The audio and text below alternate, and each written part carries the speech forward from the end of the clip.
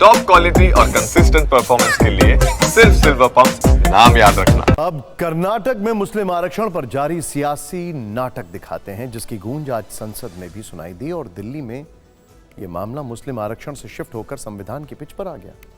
संविधान की पिच जिस पर लोकसभा चुनाव में कांग्रेस फ्रंट फुट पर बैटिंग कर रही थी। कांग्रेस की इस रणनीति का बीजेपी को सीटों में नुकसान भी हुआ था, लेकिन अब उसी बीजेपी ने कर्नाटक में मुस्लिम आरक्षण के फैसले पर कांग्रेस सरकार को घेरने की कोशिश की और कांग्रेस पर संविधान को बदल देने की कोशिश के आरोप लगा रही है। इस मुद्दे पर राज्यसभा में आज कैसे खड़गे बनाम नड्डा वाली जोरदार राजनीतिक लड़ाई देखने को मिली, सबसे पहले उसका एक चैप्टर दिखाते हैं। इसके बाद इस लड़ाई के केंद्र में कर्नाटक के deputy CM DK Shivakumar कैसे आ गए, ये भी जानेंगे। तो आज राज्यसभा में नेता सदन जेपी नड्डा ने कांग्रेस पर आरोप लगाया कि कांग्रेस कर्नाटक में मुस्लिमों को ठेके में अलग से आरक्षण देकर संविधान बदलने की कोशिश कर रही है। इस पर कांग्रेस अध्यक्ष मल्लिकार्जुन खड़गे ने जवाब दिया कि कांग्रेस की विचारधारा संविधान को बचाने वाली है, बदलने वाली नहीं है।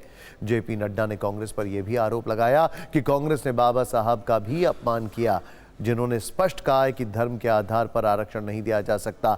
तो इस पर खड़गे ने जवाब दिया कि धर्म के आधार पर हम कोई आरक्षण नहीं दे रहे हैं, धर्म के आधार पर तो बीजेपी कानून बना रही है। इसके बाद जेपी नड्डा के बयानों में यहीं से कर्नाटक के deputy CM DK Shivakumar की एंट्री हो गई। नड्डा ने आरोप लगाया कि कर्नाटक के डिप्टी सीएम ने खुद कहा है कि जरूरत पड़ी तो कांग्रेस संविधान को बदल देगी। राज्यसभा में विपक्ष के नेता को इसका जवाब देना चाहिए। तो इस आरोप पर खड़गे ने कहा कि कर्नाटक में मुसलमानों को अलग से आरक्षण नहीं दिया गया है। हम संविधान के रक्षक हैं और संविधान के खिलाफ कोई कुछ भी बोलता है तो कांग्रेस चुप नहीं बैठेगी।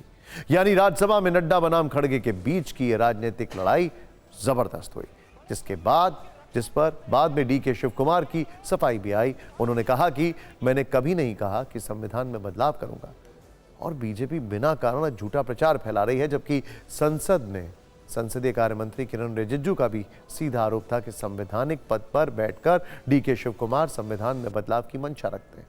इसे कतई बर्दाश्त नहीं किया जाएगा।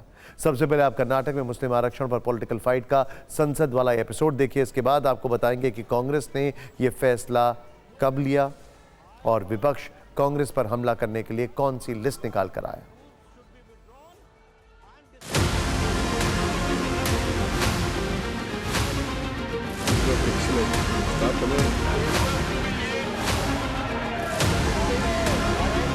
This is a very serious matter और ये लोग बड़े संविधान के रक्षक बनते हैं और ये लोग संविधान की रक्षा करने की बात सारे देश को बताते हैं, ढोल पीटते हैं, वो संविधान की धज्जियां उड़ाते हैं। ये इसके लिए हम लोग in a very clear term he has stated that Congress party will provide reservation to Muslim community, and for that they will change the constitution of India. Reservation it is extremely serious.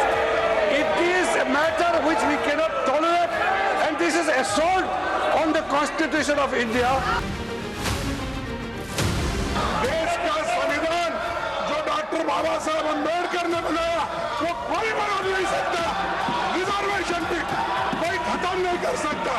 हम कन्याकुमारी से कश्मीर तक हमने पूरा भारत जोड़ो यात्रा की। ये भारत तोड़ो करने वाले I have not said that we are going to change the constitution or not that. Whatever they are quoting is wrong. They are miscarrying it. I will take a breach of privilege on this. I will fight out a case.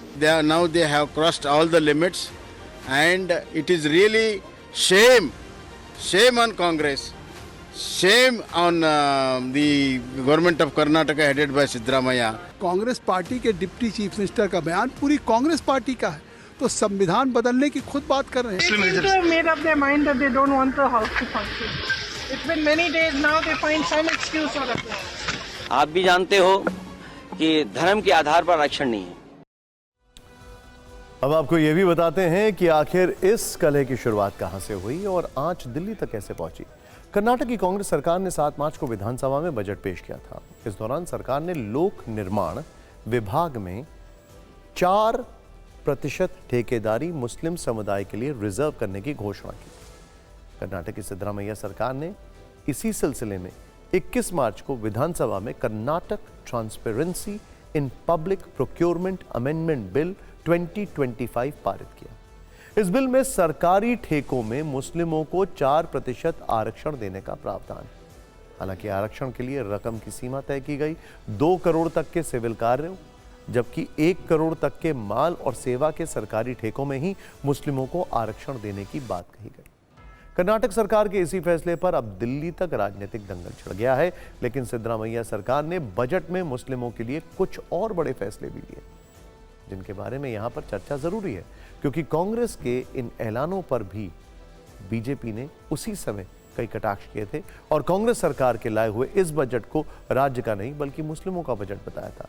दरअसल कांग्रेस के इस budget में ठेके में 4% मुस्लिम reservation के अलावा मस्जिद के इमामों को 6,000 रुपए मासिक भत्ता, वक्फ संपत्तियों की सुरक्षा और कब्रिस्तान के विकास के लिए 150 करोड़ रुपए, उर्दू स्कूलों के लिए 100 करोड़ रुपए और अल्पसंख्यक कल्याण के लिए 1,000 करोड़ रुपए देने की घोषणा की गई। वहीं मुस्लिम कल्चरल प्रोग्राम के लिए 50 लाख रुपए, मुस्लिम बहुल इलाकों में ITI कॉलेज का अपग्रेडेशन, बेंगलुरु में हज भवन का विस्तार और मुस्लिम छात्राओं के लिए सेल्फ डिफेंस ट्रेनिंग देने का भी ऐलान किया गया था। बीजेपी का सीधा आरोप है कि कांग्रेस ये सब कुछ मुस्लिम वोट बैंक की खातिर कर रही है और कांग्रेस का जवाब है कि उसके बजट में ही सबके विकास वाली सोच है। लेकिन इस खबर पर फिक्र का न्यूट्रल लेंस क्या है और इन फैसलों को मुस्लिम वोट बैंक पर क्या असर पड़ सकता है, यह भी देख लेते हैं। देखिए, 2011 की जनगणना के अनुसार कर्नाटक में मुस्लिमों की जनसंख्या लगभग 13% है। लोकनीति CSDS के सर्वे जो है वो कहता है कि 2023 के विधानसभा चुनाव में 70% मुस्लिम वोटर्स ने कांग्रेस को वोट दिया। कर्नाटक की कुल 224 विधानसभा सीटों में 40 सीटों पर ही मुस्लिम समुदाय जीत हार का फैसला करते हैं। इसीलिए जब सरकारी ठेकों में मुस्लिम आरक्षण देने का फैसला हुआ तो ये मुद्दा पूरी तरह से राजनीति के केंद्र में आ गया और इस पर पॉलिटिकल फाइट जोरदार होने लगी।